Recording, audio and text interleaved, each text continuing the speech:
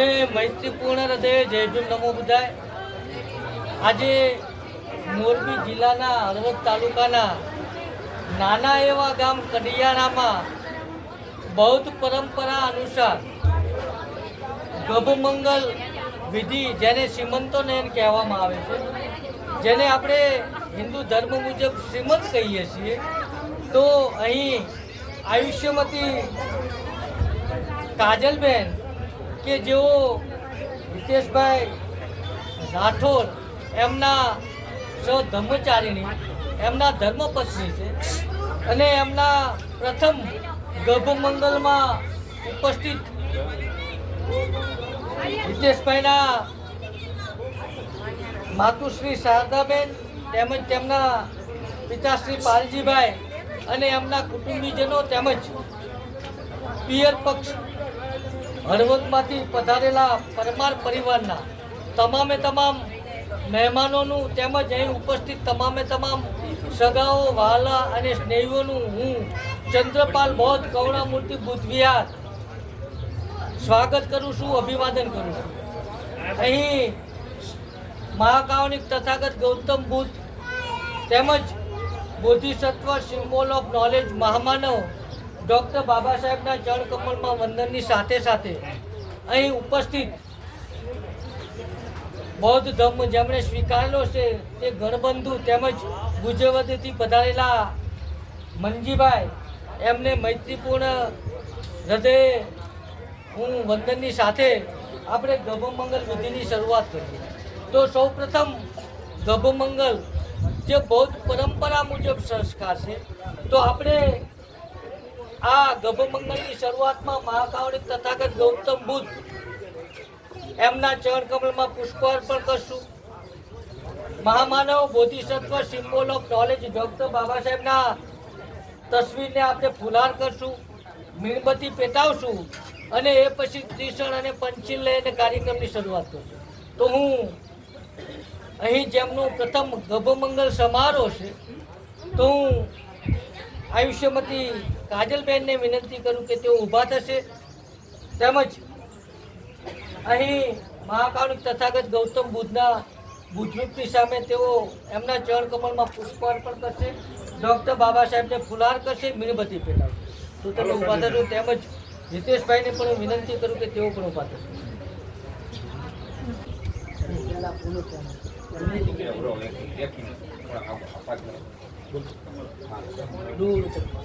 ચાલો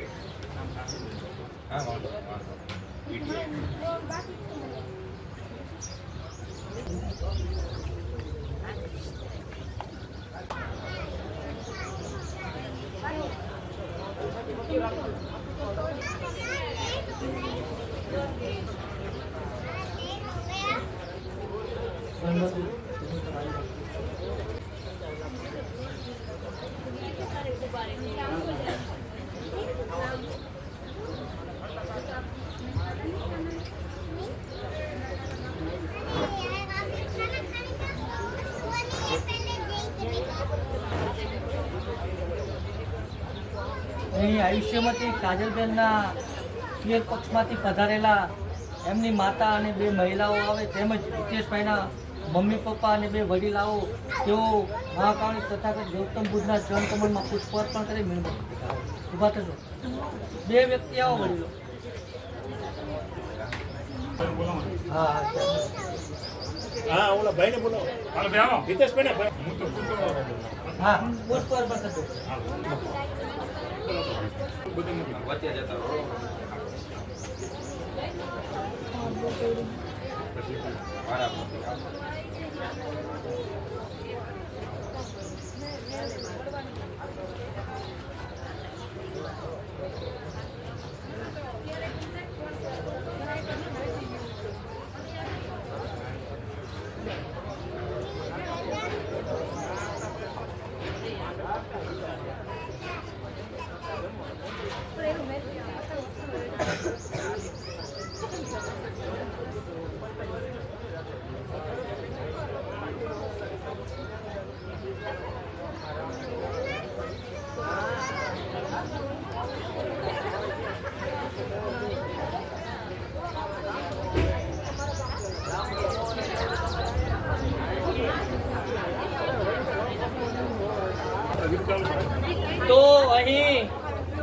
બૌદ્ધ પરંપરા અનુસાર ગભમંગલ જે અહીં આયુષ્યમતી કાજલબેન કે જેમનો પ્રથમ ગભમંગલ છે, તો મહાકારુણિક તથાગત ગૌતમ બુદ્ધે ભારતમાં સૌ પ્રથમ એક સામાજિકતાનું નિર્માણ થાય એના માટે જ્યારે પ્રસંગ આવે ત્યારે કોઈ ચોક્કસ ઉદ્દેશ અને આશય સાથે જે વાતો કહી છે એ અનુસાર પરંપરાઓ ઉત્પન્ન થઈ, જે બૌદ્ધ ધર્મની વાત મુજબ સતત 2500 વર્ષથી ચાલી આવે છે. તો અહીં એક ગભમંગલ એટલા માટે કરવામાં આવે છે કે અંગુલીમાલ જે એક મહાન હત્યારો હતો, મહાન લૂંટારો હતો, અને એ પછી મહાકારુણિક તથાગત ગૌતમ બુદ્ધનું શરણ લીધા પછી આર્યકુળમાં એનો જન્મ થાય છે. એ પછી એ જે એક પ્રસૂતાને જે પીડા થતી હોય છે, એટલે પીડામાંથી મુક્તિ અપાવવા માટે પઠન શુદ્ધ પઠન કરતા હોય છે. તો એ પરંપરા મુજબ અહીં હું અંગુલીમાલનું શુદ્ધ પઠન કરીશ, પરંતુ અહીં આપણે મીણબત્તી પેટાવી ડૉક્ટર બાબા સાહેબને ફુલાર કર્યા અને પુષ્પ અર્પણ કર્યા મહાકારુણિક તથાગત ગૌતમ બુદ્ધના ચરણોમાં.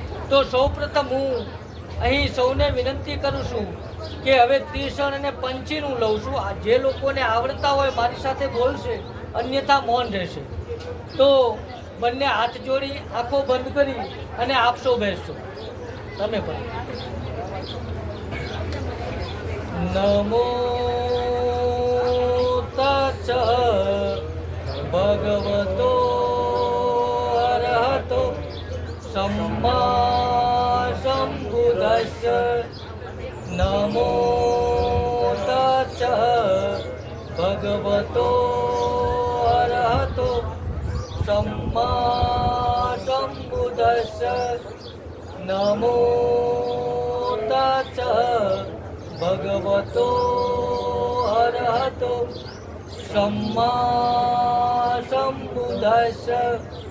બુદ્ધં શરણં ગચ્છામિ, ધમ્મં શરણં ગચ્છામિ, સંઘં શરણં ગચ્છામિ.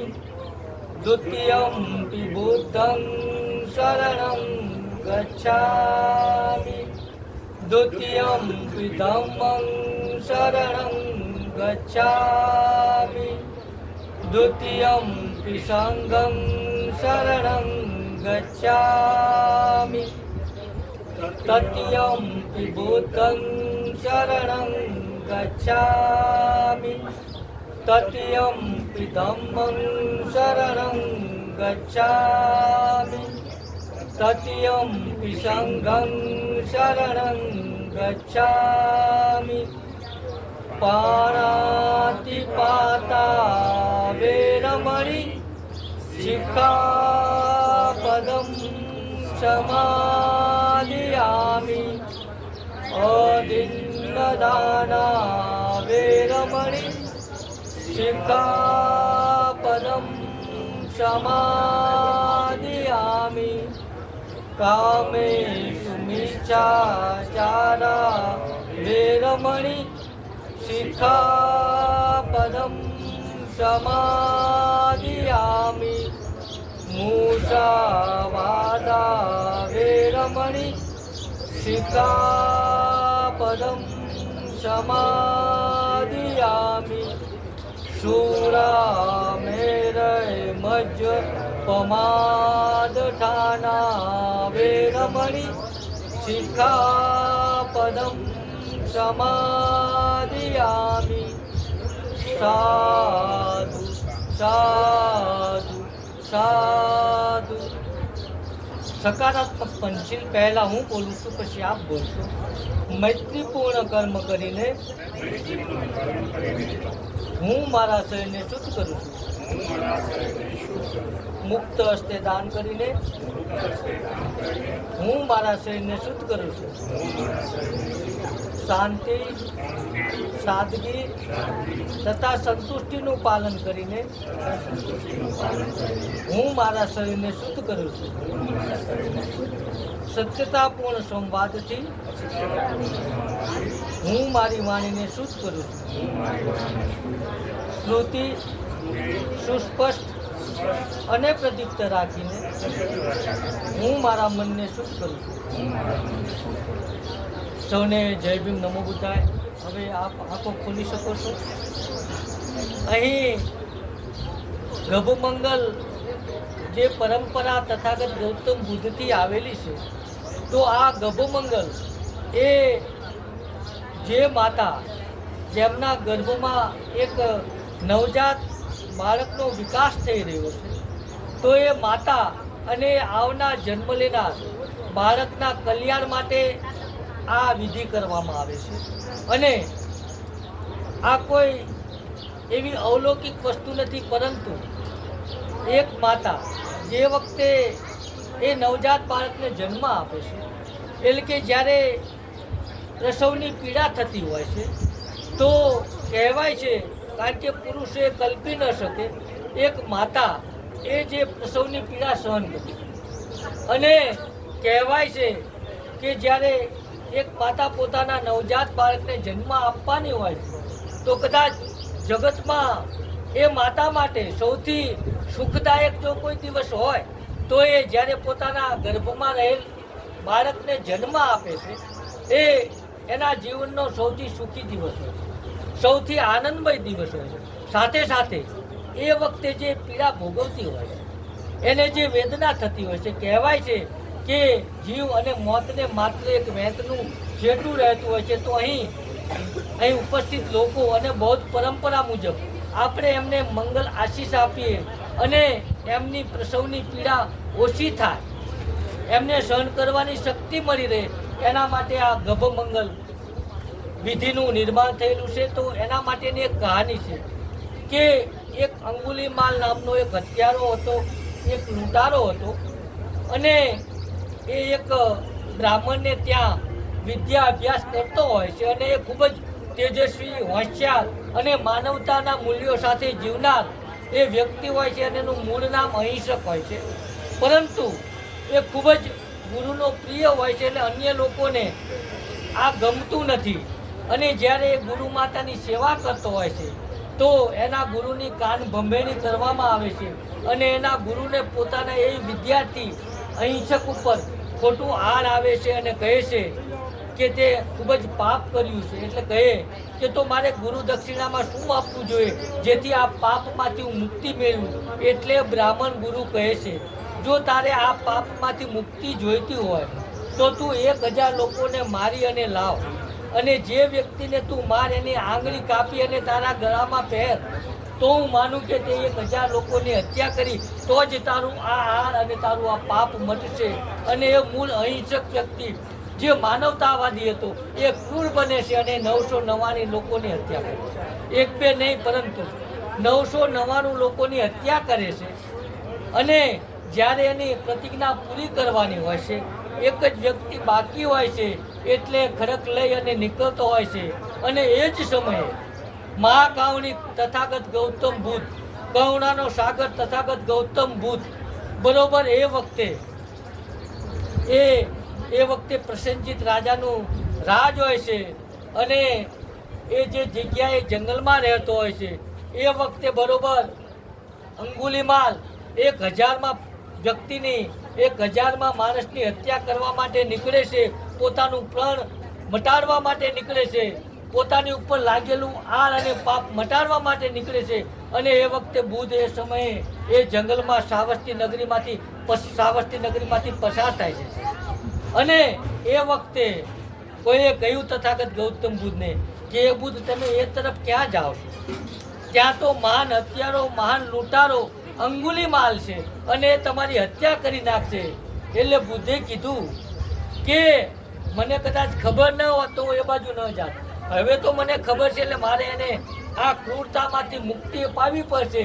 એટલે જે તરફ અંગુલીમાલ આવતો હોય છે એ તરફ તથાગત ગૌતમ બુદ્ધ જાય છે અને બુદ્ધ બરોબર એ તરફ જતા હોય છે. અંગુલીમાલ એને જોયું કે આ મારો શિકાર આવે છે, આનો હું વધ કરી અને મારી હું પ્રતિજ્ઞા પૂરી કરીશ. એટલે એ દોડતો હાથમાં ખુલ્લી તલવાર લઈ તથાગત ગૌતમ બુદ્ધ જાગૃતિપૂર્વક મંદ મુસ્કુરાતા ધીમે ધીમે ચાલ્યા આવતા હોય છે અને અંગુલીમાલ કહે છે, એ સાધુ, એ બાવા, તું ઊભો રહી જા, હું તારી હત્યા કરી નાખીશ. ત્યારે મહાકારુણિક તથાગત ગૌતમ બુદ્ધ એના ચહેરામાં કોઈ પણ પ્રકારનો ફેર પડતો નથી, એના ચહેરામાં ડર આવતો નથી, પરંતુ જો પહેલા કરુણાવાન એમનો ચહેરો હતો એ જ રીતે ધીમે ધીમે હસતા તેઓ ચાલતા જાય છે અંગુલીમાલ તરફ અને કહે છે કે તે મને કીધું કે તું થોભી જા, હું તો ક્યારનો થોભી ગયો.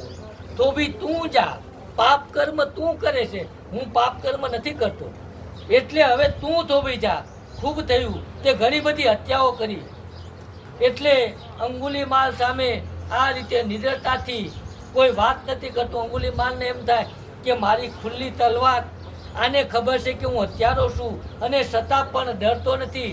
એટલે એને એવું લાગે છે કે આ વ્યક્તિ છે કોણ, એનું પોતાનું મન હચમચી જાય છે, એ ડગી જાય છે.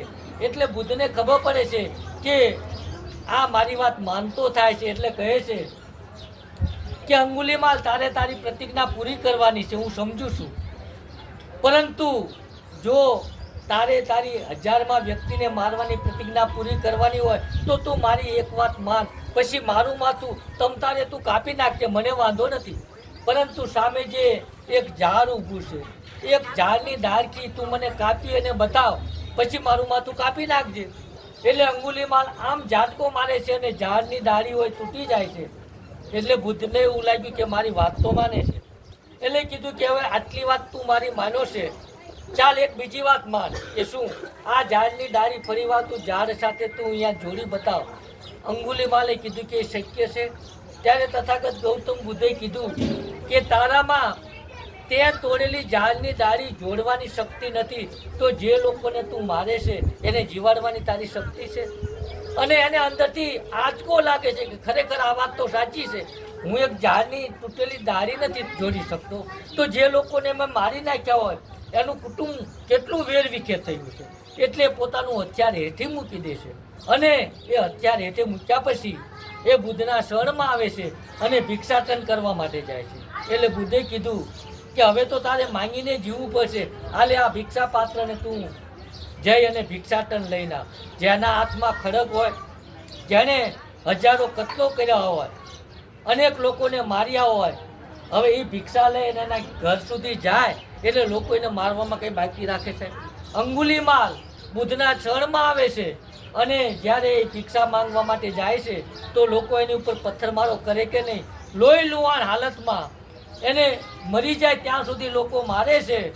તથાગત ગૌતમ બુદ્ધ જાય છે, ખબર પડે છે કે અંગુલીમાલ એ તો ભિક્ષાટન કરવા માટે જાય છે, બુદ્ધ ધર્મના પ્રચાર માટે જાય છે અને લોકોએ વ્યાર લેવા માટે જે ઘરમાં જે લોકોની હત્યા કરી હોય, જે પરિવારમાં જે લોકોની હત્યા થઈ હોય, એમના વંશજો એને મારતા હોય છે, એ લોહી લુહાણ હાલતમાં પડ્યો હોય છે. તથાગત ગૌતમ બુદ્ધ જાય છે અને કહે છે, અંગુલીમાલ તારે કંઈ કહેવું છે? ત્યારે અંગુલીમાલ કહે છે કે ના, એ બુદ્ધ, હું આપને વિનંતી સાથે કહું છું કે મારે કંઈ જ નથી કહેવું, પરંતુ મારા કર્મોનું ફળ મને મળ્યું. જે લોકોએ મારી ઉપર હુમલો કર્યો છે અને મને જે પીડા થાય છે, મને પીડા બિલકુલ હવે નથી, કારણ કે જે મેં પાપ કર્મ કર્યું હતું એનો બદલો લોકોએ લીધો છે અને કોઈના પ્રત્યે મને દ્વેષ, રાગ કે ધૃણા કે નફરત નથી. વિચારો, એક હત્યારો જેની સામે કોઈ બોલી ન શકે, જેને 999 લોકોની હત્યા કરી હોય અને બુદ્ધના શરણમાં આવતા એ તથાગત ગૌતમ બુદ્ધનું શરણ લઈ માનવતા અને કરુણાના સિદ્ધાંત ઉપર ચાલતા એ ધમ્મ પ્રવાહમાં આવી જાય છે અને પછી એ ભિક્ષાટન કરી બૌદ્ધ ધર્મનો પ્રચાર પ્રસાર કરતો. એમાં એક વખત જ્યારે બૌદ્ધ ધર્મનો પ્રચાર કરવા માટે ભિક્ષાટન કરવા માટે નીકળતા હોય છે એ વખતે એણે જોયું કે એક મહિલા ખૂબ જ કણસતી હોય છે, ખૂબ જ કણસતી હોય છે અને ખૂબ જ પીડા થતી હોય અને વેદના થતી હોય અને રડવાનો અવાજ આવે છે. એટલે અંગુલીમાલનું હૃદય કંપી ઉઠે છે અને એણે કોઈને પૂછ્યું કે શું છે, તો એક મહિલાએ કીધું કે અહીં માતા એક બાળકને જન્મ આપે છે અને બાળક આડું હોય છે, એટલે જન્મ થતો નથી, ખૂબ જ એને પીડા થાય છે. એટલે અંગુલીમાલ જે ક્રૂર હતો, જે હત્યારો હતો, જે માનવની હત્યા કરતો હતો, એનું હૃદય પીગળી જાય છે. એ દોડતો તથાગત ગૌતમ બુદ્ધ પાસે આવીને કહે છે કે બુદ્ધ, એક મહિલા, એક માતા પોતાના નવજાત બાળકને જન્મ આપે છે અને જન્મ આપે છે નવજાત બાળકને, પરંતુ એ પ્રસવની પીડા, એના કણસવાનો અવાજ હું સાંભળી નથી શકતો, ખૂબ જ પીડા થાય છે. તો એ તથાગત ગૌતમ બુદ્ધ એ પ્રસવની પીડામાંથી મુક્ત થાય, એને ઓછી પીડા થાય અને પોતાના નવજાત બાળકને હેમખેમ જન્મ આપે.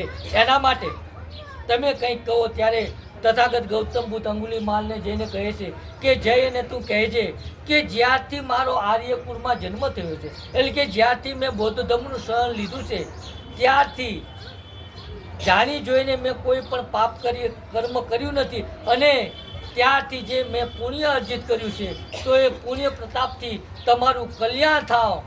અને કહેવાય છે, આ મનોવૈજ્ઞાનિક કારણો છે, અને કહેવાય છે કે બાળકનો જન્મ થાય છે, પ્રસવની પીડા ઓછી થાય છે. તો અહીં અંગુલીમાલ શુદ્ધ પઠન એટલા માટે કરવામાં આવશે કે આવનાર બાળક અને એ જન્મ આપનાર માતા, જે અહીં એમનો પ્રથમ ગભમંગલ છે, એમની પ્રસવ પીડા ઓછી થાય, એમાંથી મુક્ત થાય, અને એમના એ માતા અને બાળકના ઉજ્જવળ ભવિષ્ય માટે અંગુલીમાલ સૂત્રનું પઠન કરવામાં આવે છે. તો સાથે સાથે હું થોડીક અહીં મહાકારુણિક તથાગત ગૌતમ અને બુદ્ધની અને ડૉક્ટર બાબા સાહેબની વાત કરીશ. સમય લો તો વાંધો નહીં, 10-15 મિનિટ થશે. તો ડૉક્ટર બાબા સાહેબે કીધેલું કે સૌથી મોટામાં મોટી માનવ સેવા જો કોઈ હોય, સૌથી મોટામાં મોટી માનવ સેવા જો કોઈ હોય તો એ બૌદ્ધ ધર્મનો પ્રચાર પ્રસાર છે. સાથે સાથે એમણે એક જગ્યાએ કહેલું છે કે સામાજિક ઉત્થાન માટે અનેક સાધનોની જરૂર પડે, એમાં કયું સાધન પહેલું વાપરવું અને કયું સાધન પછી વાપરવું, એનો ક્રમ કાયમ એક સરખો રાખી શકાય નહીં. ક્યારેક શિક્ષણની જરૂર પડે, ક્યારેક સંપત્તિની જરૂર પડે, ક્યારેક એકતાની જરૂર પડે, અને ક્યારેક કમ અને સંઘર્ષની પણ જરૂર પડે, અને ક્યારેક રાજકારણની પણ જરૂર પડે. પરંતુ ડૉક્ટર બાબા સાહેબ લખે છે કે સામાજિક ઉત્થાન માટે અનેક સાધનોની જરૂર પડે, એમાં કયું સાધન પહેલું વાપરવું અને કયું સાધન પછી વાપરવું, એનો ક્રમ કાયમ એક સરખો રાખી શકાય નહીં. પરંતુ જો ક્રમ આપવાનો જ હોય તો ધર્મ પરિવર્તન કે બૌદ્ધ ધર્મની દીક્ષા લેવી એ પ્રથમ પગથિયું. અને તથાગત ગૌતમ બુદ્ધ કહે છે કે તમે કોઈ વાત એટલા માટે ન સ્વીકારો કે પરંપરાથી ચાલી આવી છે, તમે કોઈ વાત એટલા માટે ન સ્વીકારો કે એને ઉપલા સ્તરથી માન્યતા મળેલી છે, તમે કોઈ વાત એટલા માટે પણ ન સ્વીકારો ને સમગ્ર માનવ જગત માને છે, તમે કોઈ વાત એટલા માટે પણ ન સ્વીકારો કે તમારો આદર્શ તમારો ગુરુ કહે છે, તમે કોઈ વાત એટલા માટે પણ ન સ્વીકારો કે તમારો વડીલ કહે છે, તમે કોઈ વાત એટલા માટે પણ ન સ્વીકારો કે ધર્મગ્રંથોમાં લખેલું છે. સાથે સાથે પોતાની વાતનું ખંડન કરતા તથાગત ગૌતમ બુદ્ધ કહે છે કે તમે કોઈ વાત એટલા માટે પણ ન સ્વીકારો કે એને તથાગત ગૌતમ બુદ્ધ કહે છે. પરંતુ જ્યારે કોઈ વાત તમને જોવામાં, સાંભળવામાં અને અનુભવવામાં આવે અને વ્યક્તિગત પોતાને અને પોતાના કુટુંબ પરિવારને અને સમગ્ર માનવ સમાજને હિતકારક હોય તો જ માનો. એટલે ડૉક્ટર બાબા સાહેબે આજથી 2500 વર્ષ પહેલાં આ જ દેશમાં જન્મેલા મહાકારુણિક તથાગત ગૌતમ બુદ્ધ કે જેણે સૌ પ્રથમ આ જગતને માનવતા અને કરુણાનો સંદેશ આપ્યો, એમણે પોતાના ધમ્મની વાતમાં કહે છે કે ધમ્મ એટલે શું. ડૉક્ટર બાબા સાહેબે જગતના તમામે તમામ મહાન વિદ્વાનો કરતાં સૌથી વધુ ડિગ્રીઓ મેળવેલી, સૌથી વધુ જ્ઞાન મેળવેલું, અને કહેવાય છે કે સિમ્બોલ ઓફ નોલેજ, જ્ઞાનનું પ્રતીક ડૉક્ટર બાબા સાહેબ એક જ છે. અને એમણે જગતભરના હજારો પુસ્તકો વાંચ્યા, પરંતુ 5 વર્ષ તો ડૉક્ટર બાબા સાહેબે જગતના તમામે તમામ ધર્મોના પુસ્તક વાંચવા માટે વાપર્યા છે. અને એમાં કોઈ પણ ધર્મના ધર્મદાતાએ પોતાના ધર્મની સ્પષ્ટ વ્યાખ્યા નથી કરી, પરંતુ ડૉક્ટર બાબા સાહેબ જેણે જગતને સૌથી મહાન ધમ્મગ્રંથ ભેટ આપ્યો છે, જેનું નામ છે ધી બુદ્ધા એની જ ધમ્મા, એમાં એમણે ધર્મની વ્યાખ્યા કરતા જે તથાગત ગૌતમ બુદ્ધે ધમ્મની વ્યાખ્યા કરી હતી એ જ વ્યાખ્યા કરતા કહે છે કે ધમ્મ એટલે શું? કે ધમ્મ એટલે સદાચાર, એક વ્યક્તિનો બીજા વ્યક્તિ પ્રત્યેનો ઉચ્ચ પ્રકારનો માનવતા ભર્યો કરુણાસભર વ્યવહાર એટલે ધર્મ એટલે શું? ધર્મ એટલે સત્ય, ધર્મ એટલે નૈતિકતા. અન્ય ધર્મમાં જે સ્થાન ઈશ્વરનું છે, બૌદ્ધ ધર્મમાં એ જ સ્થાન નૈતિકતાનું છે. ધર્મ એટલે મૈત્રી, કરુણા, સમાનતા, સ્વતંત્રતા, બંધુતા, વૈજ્ઞાનિક વિગમ અને જે ન્યાયની વાત અને વિચાર આપતો હોય એ વિચાર એટલે ધર્મ. તો અહીં તથાગત ગૌતમ બુદ્ધની વાત, ડૉક્ટર બાબા સાહેબની વાત આગળ ચલાવતા, કારણ કે ડૉક્ટર બાબા સાહેબે 14મી ઓક્ટોબર 1956ના રોજ નાગપુર મુકામે પોતાના ગુરુ ચંદ્રમણી થેરો પાસેથી બૌદ્ધ ધર્મની દીક્ષા લઈ અને 5 લાખ કરતાં વધુ લોકોને બૌદ્ધ ધર્મની દીક્ષા આપી. અને કહેવાય છે કે જગતમાં જેટલી પણ ક્રાંતિઓ થઈ, ક્રાંતિનો મતલબ થાય છે અમાનવીય વિચારસરણીને નેસ્તનાબૂદ કરી માનવીય વિચારસરણી પ્રસ્થાપિત કરવા માટે જે સંઘર્ષ થાય છે ને સાહેબ, એને ક્રાંતિ કહેવાય. અને જગતમાં જેટલી પણ ક્રાંતિ થઈ એ તમામે તમામ ક્રાંતિમાં લોહીની નદીઓ વહી છે. હજારો અને લાખો લોકો એમાં મૃત્યુ પામ્યા છે. માત્ર અને માત્ર મહામાનવ, બોધિસત્વ, સિમ્બોલ ઓફ નોલેજ ડૉક્ટર બાબા સાહેબે એક એવા મહાન વ્યક્તિ પેદા થયા જેમણે એક પણ ટીપું લોહીનું વહેવડાવી વગર જગતની સૌથી મહાન ધમ્મ ક્રાંતિ કરી અને 5 લાખ લોકોને બૌદ્ધ બનાવ્યા. તો અહીં હવે હું તથાગત ગૌતમ બુદ્ધના આદર્શ મંગલોનું પઠન કરું છું, આપ સૌ શાંતિથી સાંભળો. કારણ કે જ્યારે આપણા ઘેર કોઈ પ્રસંગો આવતા હોય ત્યારે આપણે મંગલ કહીએ છીએ. તો મંગલ બાબત કોને કહેવાય? એ તથાગત ગૌતમ બુદ્ધ કહે છે. એવું મેં સાંભળ્યું છે કે એક સમયે ભગવાન શ્રાવસ્તી નગરીના જૈતવનમાં અનાથ પિંડક દ્વારા બનાવાયેલા સંઘારામમાં વિહાર કરી રહ્યા હતા. તે વખતે રાત મોટે ભાગે વીતી ગઈ હતી. ત્યારે કોઈ દિવ્ય ક્રાંતિવાળો દેવ પુરુષ સમગ્ર જૈતવનને પોતાના દિવ્ય પ્રકાશથી આલોકિત કરતો જ્યાં ભગવાન બુદ્ધ હતા ત્યાં એમની પાસે આવી નમસ્કાર કરીને એક બાજુ ઊભો રહ્યો. એક બાજુ ઊભા રહેલા તે દેવપુરુષે ભગવાનને આ પ્રમાણે ગાથામાં કહ્યું કે કલ્યાણની ઈચ્છા કરતા અનેક દેવો અને મનુષ્યોએ મંગલ બાબતો પર ચિંતન કર્યું છે. તો એ તથાગત ગૌતમ બુદ્ધ કહો આમાં ઉત્તમ મંગલ કહ્યું છે. તો અહીં તથાગત ગૌતમ બુદ્ધ આપણને મંગલ બાબતોની સ્પષ્ટતા કરતા કહે છે કે મંગલ કોને કહેવાય? તો કહે છે તથાગત ગૌતમ બુદ્ધ કે મૂર્ખોના સહવાસથી દૂર રહેવું. મંગલ કોને કહેવાય? કે મૂર્ખોના સહવાસથી દૂર રહેવું, શુગ્નજનોની સંગત કરવી અને પૂજ્યજનોની પૂજા કરવી, આ ઉત્તમ મંગલ છે. પછી આગળ કહે છે અનુકૂળ પ્રદેશમાં વસવું, પુણ્યનો સંચય કરવો અને સન્માર્ગમાં મન દ્રઢ રાખવું, આ ઉત્તમ મંગલ છે. પછી આગળ કહે છે અનેક વિદ્યાઓ સંપાદન કરવી, કલાઓમાં નિપુણ થવું, વિનયમાં સુંદર તાલીમ મેળવવી અને સમુચિત વાણી રાખવી, આ ઉત્તમ મંગલ છે. 2500 વર્ષ પહેલાં જે વાત તથાગત ગૌતમ બુદ્ધે કહેલી એ જ વાત માત્ર એક શબ્દમાં એ વાતને આગળ વધારતા ડૉક્ટર બાબા સાહેબે કીધું કે તમે શિક્ષિત બનો. એટલે કે અનેક વિદ્યાઓ સંપાદન કરો, કલાઓમાં નિપુણ થાવ, વિનયમાં સુંદર તાલીમ મેળવો અને સમુચિત આ શિક્ષિત નહીં તો બીજું શું છે? પછી આગળ કહે છે કે મંગલ કોને કહેવાય? કે માતા પિતાની સેવા કરવી, સ્ત્રી બાળકોની સંભાળ રાખવી, અસ્તવ્યસ્ત કામો ન કરવા, આ ઉત્તમ મંગલ છે. જેણે આપણને અનેક કષ્ટો વેઠીને જે માતા પિતાએ આપણને મોટા કર્યા છે, એક માનવ તરીકેનું સન્માન આપ્યું છે, જીવન આપ્યું છે, આ જગત દેખાડ્યું છે, આપણા સપનાઓ પૂરા કર્યા છે, એ માતા પિતાની સેવા કરવી સૌથી ઉત્તમ મંગલ આ કહે છે. આ તથાગત ગૌતમ બુદ્ધ કહે છે. પછી કીધું કે સ્ત્રી બાળકોની સંભાળ રાખવી અને એવું કોઈ કામ અસ્તવ્યસ્ત ન કરવું, આ ઉત્તમ મંગલ છે. પછી આગળ કહે છે કે દાન આપવું, કોઈ ધર્મનું કામ કરતું હોય તમને યોગ્ય લાગે કે આ વ્યક્તિ તો એને દાન આપવું, ધર્મ અનુસાર આચરણ કરવું, સગાઓને સહાય કરીને વર્જિત આજીવિકા ન કમાવી આવતા બની શકે. આપણો સમય સારો હોય અને આપણા સગાવાલા સંબંધી પરિચિત જો કોઈ મુશ્કેલી હોય તો જો તમારી પાસે જ્ઞાન હોય તો બુદ્ધિથી તમે એને મદદ કરો. અને જો પૈસા હોય તો આપણા ગરીબ નિસહાય જેને જરૂરિયાત હોય એ સગાઓને સહાય કરવી, આને ઉત્તમ મંગળ કહેવાય. પછી કીધું વર્જિત આજીવિકા ન કમાવી, એવી કોઈ આજીવિકા ન કમાવી જેનાથી વ્યક્તિગત પોતાના કુટુંબવાળી અને આ પોતાના કુટુંબ પરિવાર અને આ માનવ સમાજને નુકસાન થાય, આને ઉત્તમ મંગળ કહેવાય. પછી આગળ કહે છે દાન આપવું, ધર્મ અનુસાર આચરણ કરવું, સગાઓને સહાય કરવી, વર્જિત આજીવિકા ન કમાવી, તન અને મનથી પાપોનો ત્યાગ કરવો, મદ્યાથી નશાથી દૂર રહેવું અને ધર્મ કાર્યમાં પ્રમુખ રહેવું, આ ઉત્તમ મંગળ છે.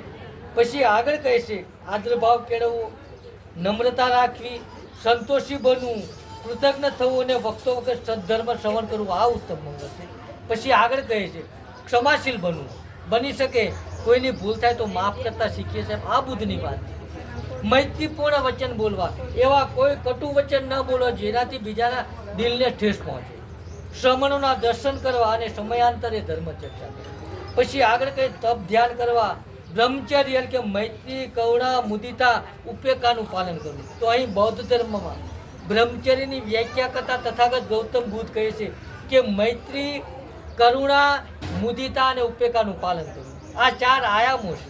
તો મૈત્રી એટલે શું કે જે ભાવ, જે લાગણી, જે પ્રેમ, જે વહાલ, જે મમતા, જે હેત આપણને આપણા પોતાના સંતાનો ઉપર હોય, એ જ વહાલ, એ જ પ્રેમ, એ જ હેત જ્યારે સમગ્ર માનવ જગત અને પ્રાણી ઉપર ઉત્પન્ન થાય ને સાહેબ, તો એને મૈત્રી કહેવાય. પછી કે કરુણા એટલે શું, એટલે કે અન્યને દુઃખી થતા જોઈ એને દુઃખમાંથી બહાર કાઢવાની ભાવના પેદા થાય અને એના માટે સંપૂર્ણ સમર્પણ કરવું. આપણે જોઈએ મહાકરુણાવાન ડૉક્ટર બાબા સાહેબે અને એમના ધર્મપત્ની માતા રમાબાઈએ માત્ર પોતાનું જીવન આપણા માટે સમર્પિત નથી કર્યું, પરંતુ તમારા અને મારા દુઃખ દર્દો જોઈ, આપણી કરુણ અને દારૂણ પરિસ્થિતિ જોઈ, આપણી ગુલામી જોઈ, આ મહિલાઓની ગુલામી જોઈ, એમની દુર્દશા જોઈ, આ દેશમાં વસતા હજારો વર્ષોથી શોષિતો, પીડિતો, વંચિતો, શૂદ્રો,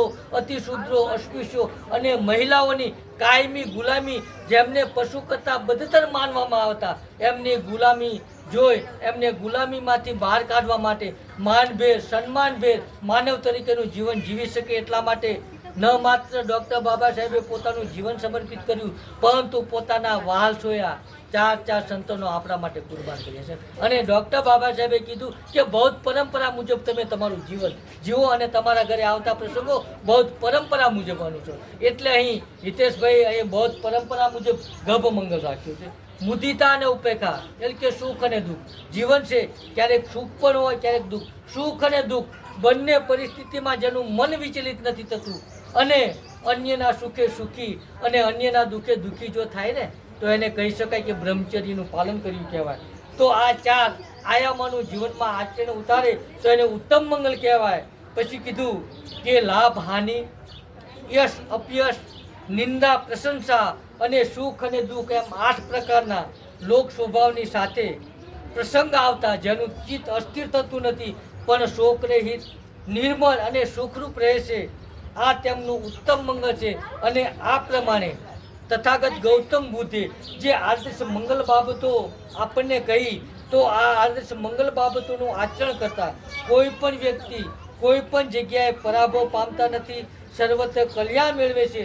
આ તેમનું ઉત્તમ મંગળ છે. અને અહીં જેમનું પ્રથમ ગભ મંગળ છે એ માત્ર કાજલબેન જ નહીં, પરંતુ જે લોકોએ આ આદર્શ મંગલો સાંભળ્યા હોય અને જીવનમાં આચરણમાં મૂકશે તો એમનું સર્વત્ર કલ્યાણ થશે.